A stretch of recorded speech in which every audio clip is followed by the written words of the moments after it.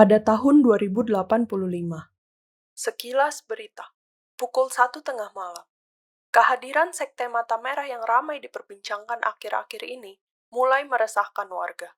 Diketahui bahwa sekte ini masih belum beraksi, tetapi memiliki anggota yang tersebar di seluruh penjuru dunia dan bahkan tanah Indonesia.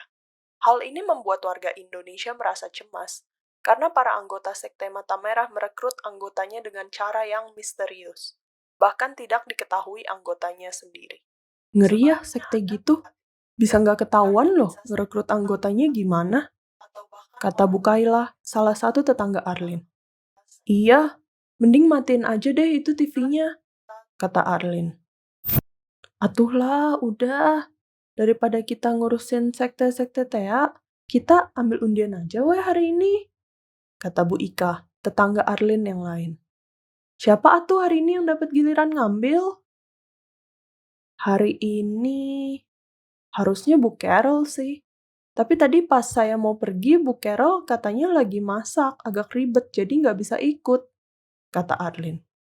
Bu Dia, tetangga Arlin yang lainnya lagi, tiba-tiba menggigit bibirnya setelah mendengar nama Bu Carol. Ibu-ibu, mumpung lagi bahas Sekte Mata Merah sama Bu Carol, saya ada cerita nih. Saya tadi kan hampir nggak ikut dateng arisan. Tapi pas Bu Arlin ngabarin kalau Bu Carol nggak bisa ikut, saya langsung buru-buru datang ke sini. Ada kabar penting soal Bu Carol. Kenapa, Bu? Tanya Bu Kaila. Bu Diah mengeluarkan kamera jadulnya yang sedang sangat tren. Zaman sudah sangat berubah dan bergerak sangat cepat. Teknologi bernama handphone sudah mengambil alih keberadaan benda-benda yang lain. Sampai kepunahan akan benda-benda tersebut cukup masif terjadi dalam 10 tahun belakangan ini. Salah satunya kamera. Eksistensinya pernah berjaya pada masanya. Foto hitam putih yang tergabung menjadi sebuah album saja sudah menjadi cerita yang bisa menyatukan. Tapi itu dulu, sebelum handphone akhirnya punya resolusi dan dilengkapi fitur yang sama dengan kamera. Namun belakangan ini, kamera jadul sedikit mengambil alih kembali, saling berebut singgasana dengan handphone. Orang berebutan membeli dan memiliki kamera, termasuk Bu Diah dan Bu Kaila. Jadi, kemarin itu saya pergi belanja ke mall bareng sama Bu Carol. Ya, sebagai sama-sama ibu rumah tangga kan, kadang bosen juga di rumah. Sekaligus saya juga pengen nunjukin kamera ini sama Bu Carol, soalnya dia mau beli juga dan pengen lihat dulu katanya, kata Bu Diah. Terus, Bu Lina, masih tetangga dan teman arisan Arlin, mulai penasaran akan dibawa ke arah mana cerita ini. Bu Diah melanjutkan kalimat-kalimatnya, sambil mengutak-ngatik kameranya. Terus, kita foto bareng sebelum pulang, pakai kamera jadulku. Dan ternyata, Bu Diah tidak lagi melanjutkan ucapannya.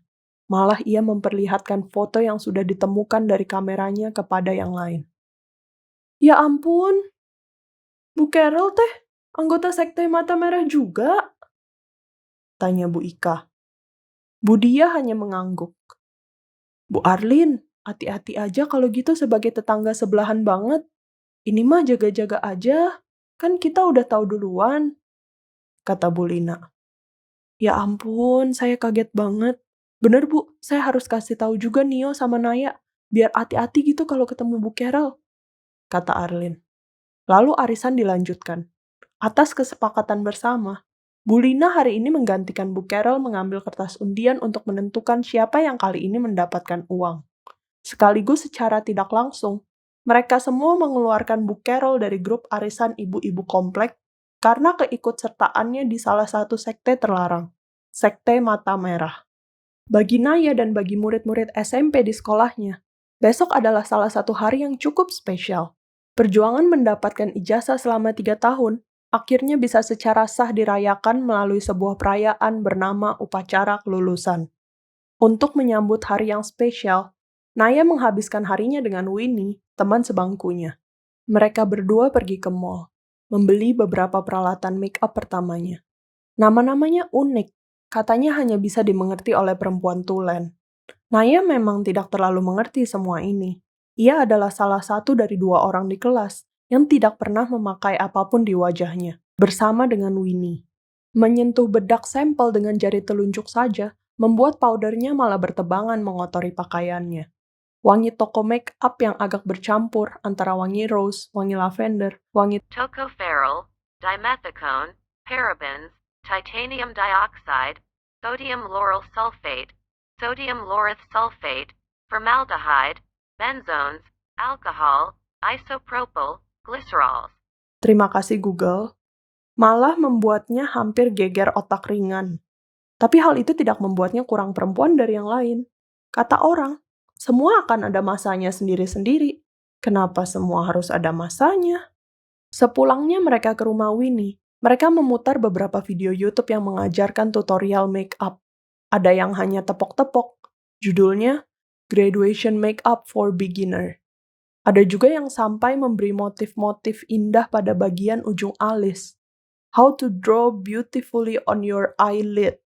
Naya dan Winnie mencoba mempraktekannya pada wajah mereka, mulai dari foundation, dan entah apa saja urutannya mereka pun sudah lupa. Pada akhirnya, semua itu hanya asal tepak-tepok, asal gambar-gambar, dan asal sesuatu tertempel di wajah mereka. Tidak hanya itu, Naya dan Winnie kembali pergi ke mall untuk mencari gaun kesukaan mereka. Biru tua selutut tanpa lengan untuk Naya, dan merah selutut dengan lengan untuk Winnie. Sebagai dua orang yang tidak terlalu memperhatikan penampilan, itu akan menjadi gaun pertama mereka berdua. Di luar baju terusan Minnie Mouse yang sering dipakaikan Arlene waktu Naya masih kecil, atau baju terusan dengan hoodie gajah. Sama-sama tidak mengerti perihal gaun, tetapi saling menasihati satu sama lain. Sekembalinya mereka ke rumah Winnie, Naya teralihkan dengan beberapa sangkar burung kecil kosong dipajang bersamaan dengan patung tokoh-tokoh Disney yang melegenda. Entah kenapa sangkar-sangkar itu diletakkan persis di tengah. Tetapi kalau boleh jujur, dari bentuknya tidak ada yang spesial sama sekali. Ketika seseorang membayangkan sangkar burung, yang terbayang adalah kawat-kawat yang disusun rapi membentuk silinder, lalu mengerucut di bagian atasnya, dan terpasang gantungan dengan bentuk melengkung. Persis seperti itu. Tetapi ini versi jauh lebih kecilnya. Naya mengangkat salah satu sangkar burung. Win, ini apa? Oh, buat kandangnya spirit animal, kata Winnie.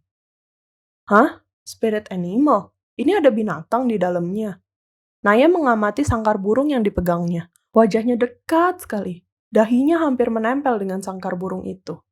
Matanya mencari binatang seukuran 1 milimeter di setiap kawat yang tersusun horizontal, bahkan sampai menyusuri seluruh lekukan alasnya. Melihat tingkah Naya, Winnie tertawa terbahak-bahak. Nay, jelas-jelas kosong loh itu. Lah, katanya ini kandangnya spirit animal loh. Winnie mengambil sangkar burung yang dipegang Naya. Ia tersenyum melihat sangkar itu, lalu mengajak Naya duduk di sofa ruang tamunya. Aku belum ketemu sama spirit animalku, tapi kata opaku akan ada saatnya. Maksudnya? Tanya Naya lagi. Gini-gini, kata Winnie. Opa bilang, spirit animal itu bukan kita yang cari, tapi dia akan datang sendiri. Waktu itu Opa lagi liburan sama temennya ke Pulau Rote. Pas lagi duduk santai di pantai, tiba-tiba ada kumbang yang datengin dia. Terus kumbang itu spirit animalnya? Iya, waktu Opa meninggal, kumbang itu tiba-tiba kayak nggak bisa terbang. Winnie sedikit menangis di tengah ceritanya. Ia berhenti sebentar untuk mengusap air matanya. Tanpa instruksi, Naya langsung mengambilkan tisu untuk Winnie. Thank you, Nay. Lucunya, mereka kayak saling terhubung. Sama-sama nggak bisa terbang lagi. Terus gimana gua tahu yang mana yang spirit animal gua? Maksudnya, gua sering main sama kucing liar atau anjingnya Bu Carol. Mungkin nggak mereka spirit animal gua? Tanya Naya. Mungkin aja. Opa bilang, katanya kalau lu nemu binatang dan merasa attach banget, gak bisa lepas gitu rasanya. Lu harus tangkep dan masukin ke kandang karena itu spirit animal lu. Keheningan sedikit terjadi. Naya menggaruk kepalanya, sebagai tanda kalau ia sangat bingung dengan penjelasan Winnie. Melihat tingkah Naya seperti itu, Winnie malah tertawa dan memberikan kembali sangkar burung itu kepada Naya. Nih, buat lu aja. Hah? Kok buat gua? Naya semakin bingung saja. Iya, Gua, kakak, papa, sama mama masing-masing udah punya satu.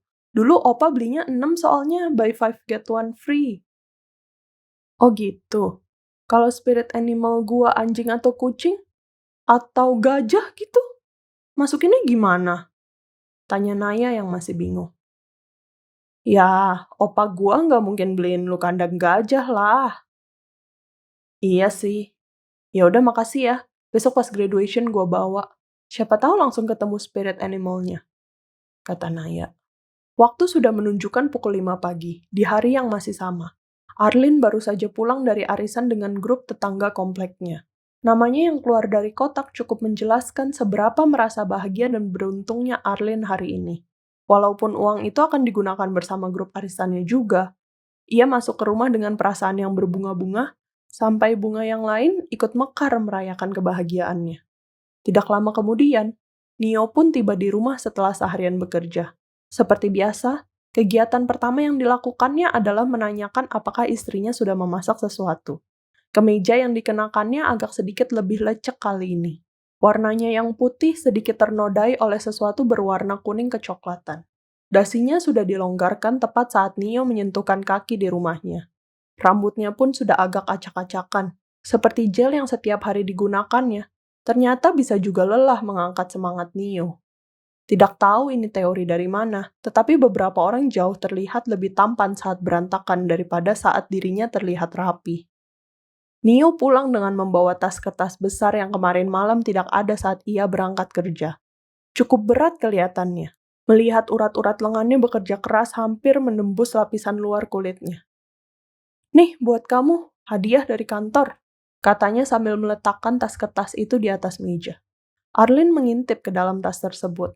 Di dalamnya ada sebuah kardus kamera jadul, persis dengan yang tadi dibawa Budia. Bukannya senang, Arlin malah teringat cerita tentang Bu Carol yang ternyata tergabung di dalam sekte mata merah. Ia menceritakan semuanya kepada Nio. Mulai dari Budia yang pergi belanja bareng dengan Bu Carol, sampai akhirnya ia menemukan bahwa Bu Carol ternyata adalah anggota sekte. Tidak hanya itu, tentu saja sebuah makanan tidak pernah enak tanpa adanya bumbu penyedap. Sebuah cerita tidak akan lengkap tanpa sebuah kalimat pendahaga lidah. Tepat setelah Arlin selesai menyampaikan ceritanya, bel rumah berdering. "Permisi," katanya. Sebuah suara yang merasa terpanggil tiba-tiba sudah sampai di depan rumah. Nio dan Arlin bertatap-tatapan. Tahu siapa si empunya suara, tetapi sama-sama pula membatu. "Permisi!" Suara itu sekali lagi memanggil si pemilik rumah, berharap ia segera disambut. Nio segera membuka pintu rumahnya. Ia melihat Bu Carol berdiri di depan pintu membawa serantang bekal. Matanya tidak merah seperti yang jelas-jelas mendeskripsikan perkumpulan anehnya, sekte mata merah. Gerak-geriknya juga tidak aneh seperti berusaha menghasut Nio dan Arlin, ataupun berusaha menghindari kenyataan bahwa ia adalah anggota sekte. Bajunya pun biasa saja, tidak mengenakan jubah putih panjang sampai mukanya tertutup, atau rompi hitam yang kerahnya dinaikkan bak grup pemuja setan. Masih terlihat seperti Bu Carol yang biasanya. Ada apa ya, Bu?" tanya Nio. Ia sedikit menutup matanya setengah-setengah. Takut kalau ia tidak sengaja terekrut ke dalam sekte mata merah lewat tatapan mata. "Kenapa, Pak? Lagi sakit mata ya?" tanya Bu Carol.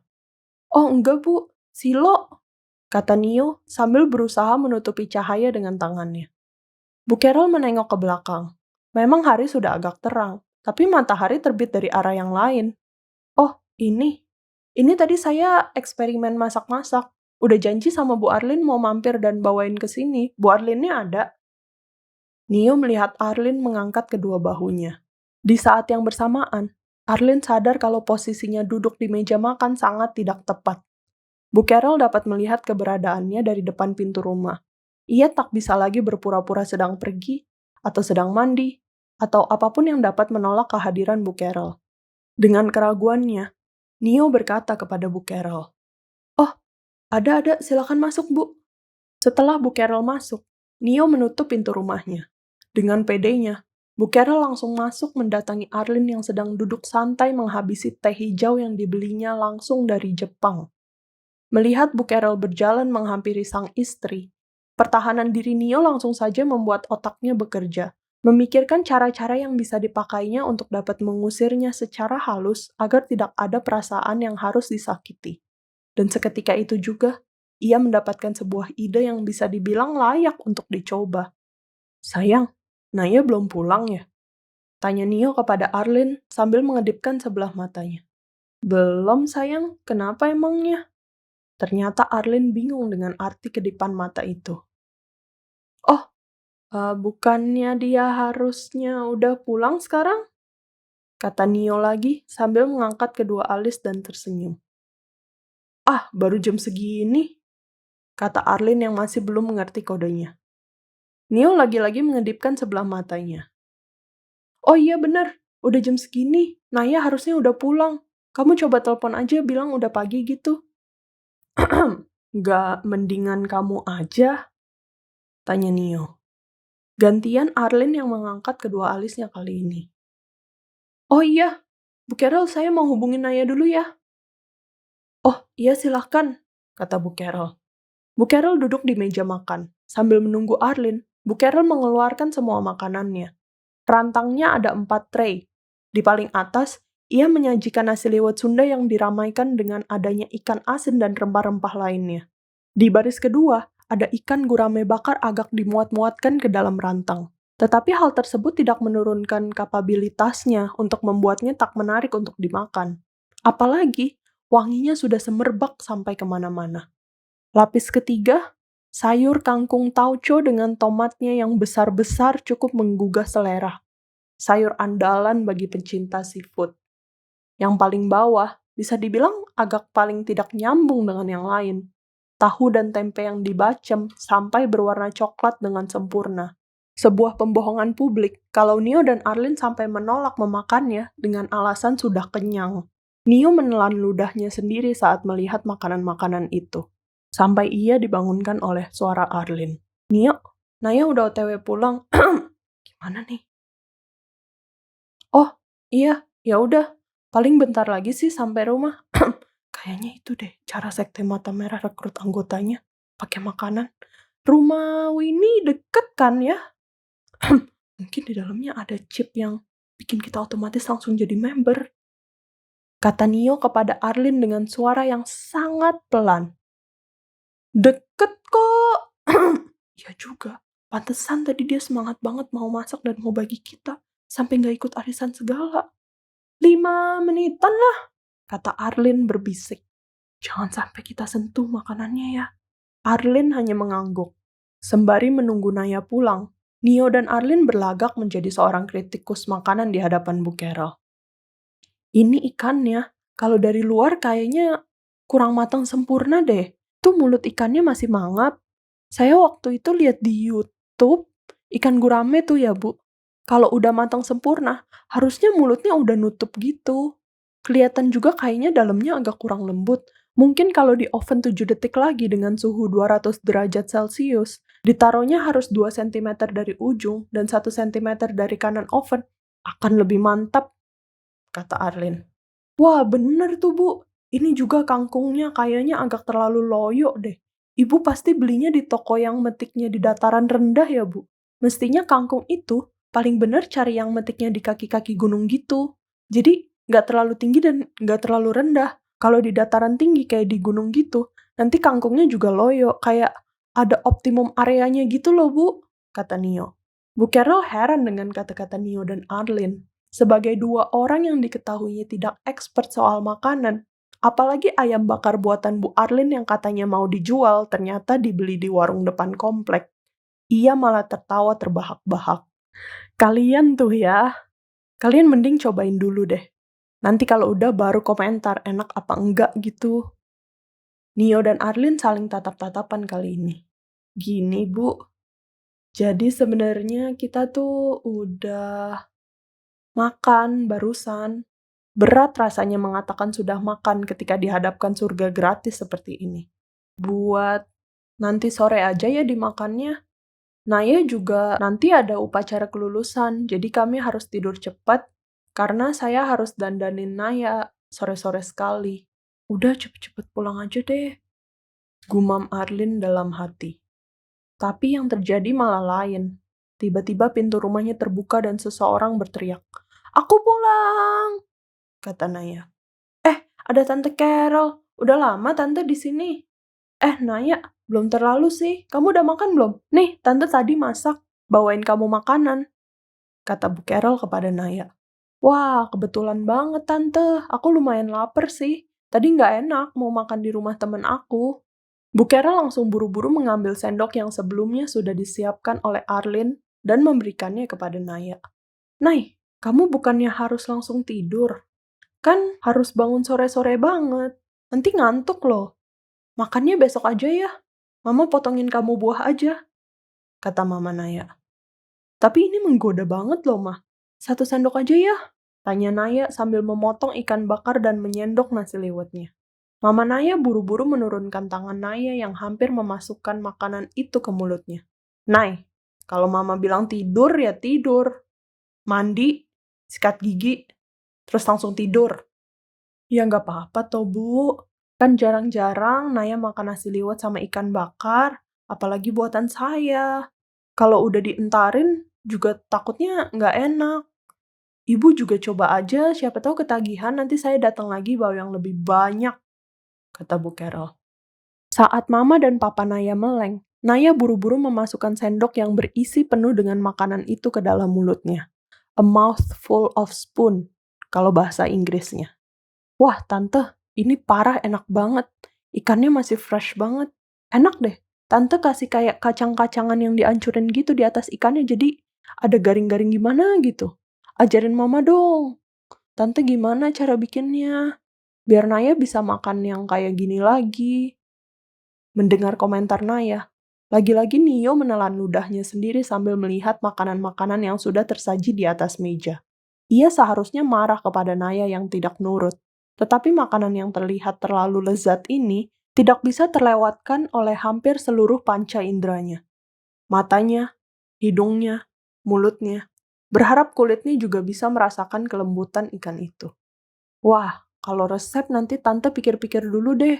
Tapi kapan-kapan Tante datang lagi ya bawain makanan ini atau makanan yang lebih enak lagi buat Naya sama buat papa mama kamu kalau kamu pas nggak lagi kelulusan besoknya. Oh iya, selamat loh, bentar lagi udah SMA, cepet banget," kata Bu Carol. "Hehe, makasih Tante. Ya udah aku naik dulu ya ke atas. Mama udah mau marah tuh," hehehe, kata Naya sambil melirik mamanya. "Ya udah, kalau gitu saya pulang ya, Bu Arlin, Pak Nio. Nanti kalau ada kesempatan mungkin bisa dicobain masakan saya sebelum pergi ke upacara kelulusan Naya," kata Bu Carol. "Pasti akan kami cobain.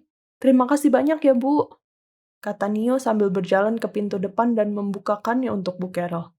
Bu Carol pergi meninggalkan rumah Nio.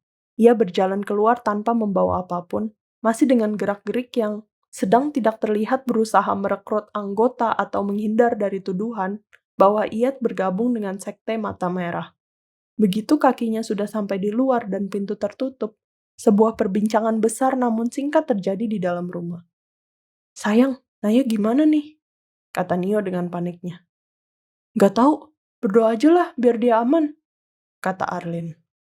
Sore hari tiba, hari upacara kelulusan SMP yang ditunggu-tunggu.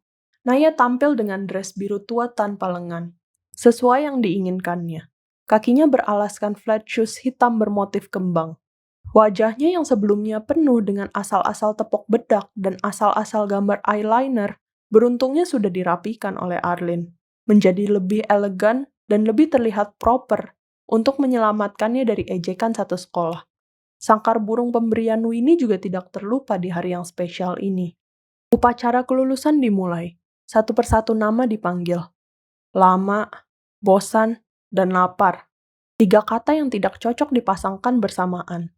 Perhatian Naya mulai buyar, ketika matanya malah berfokus mencari binatang yang terbang di sekelilingnya. Ia berharap bahwa hari itu dia akan menemukan spirit animalnya yang disampaikan oleh Opa Winnie. Nyamuk lewat, berkeliling di telinganya membentuk bunyi yang tidak enak.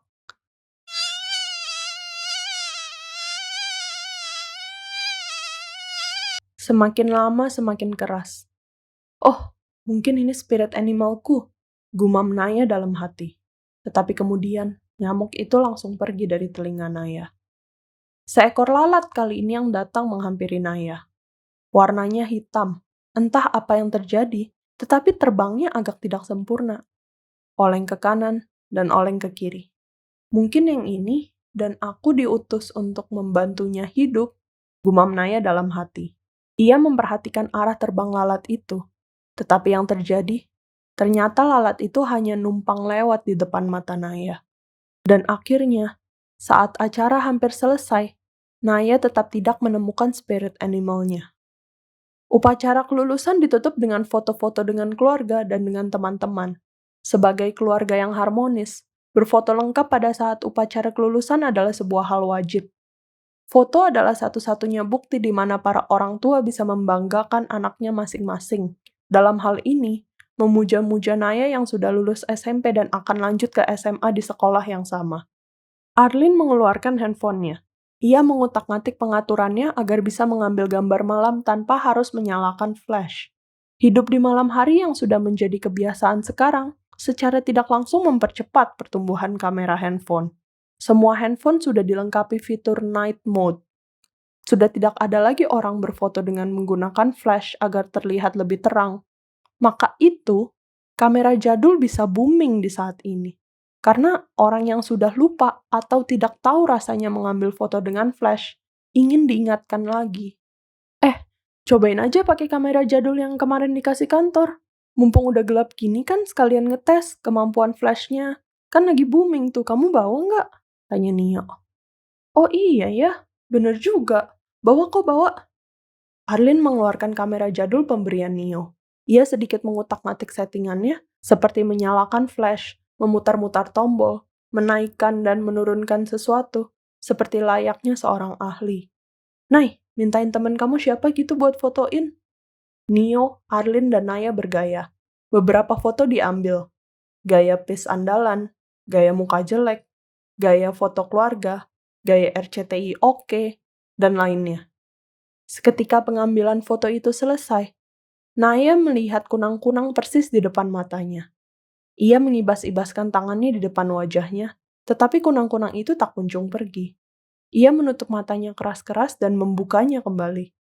Namun kunang-kunang itu pun masih bertahan di sana. Oh, Winnie, spirit animalku, bantuin! Teriak Naya kepada Winnie.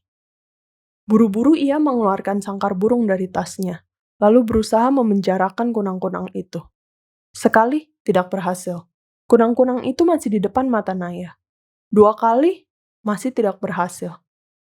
Percobaan yang kesekian setelah beberapa menit lamanya, baru kunang-kunang itu pergi dan tidak berhasil ditangkap oleh Naya dan Winnie. Entah kemana ia pergi. Sementara ketika Arlene melihat hasil foto dengan kamera jadul, dengan flashnya yang sedang ngetren, betapa kagetnya ia melihat bahwa mata mereka bertiga berwarna merah. Nio melihat wajah Arlene yang panik, lalu berkata, "Fix, makanannya Bu Carol rekrut Naya, terus Naya secara nggak sadar rekrut kita.